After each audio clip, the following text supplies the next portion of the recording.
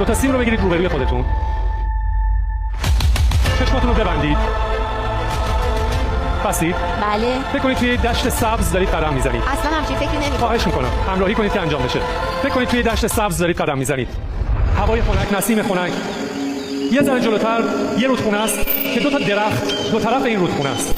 درخت‌ها سایه خیلی خوبی داره. میخوام ازتون خواهش کنم که توی ذهنتون به سمت سایه یکی از درخت‌ها برید که اونجا استراحت کنید و وقتی به سایه درخت رسیدید چشمتون رو باز کنید و سیمی که سمت اون درخت رو انتخاب کنید.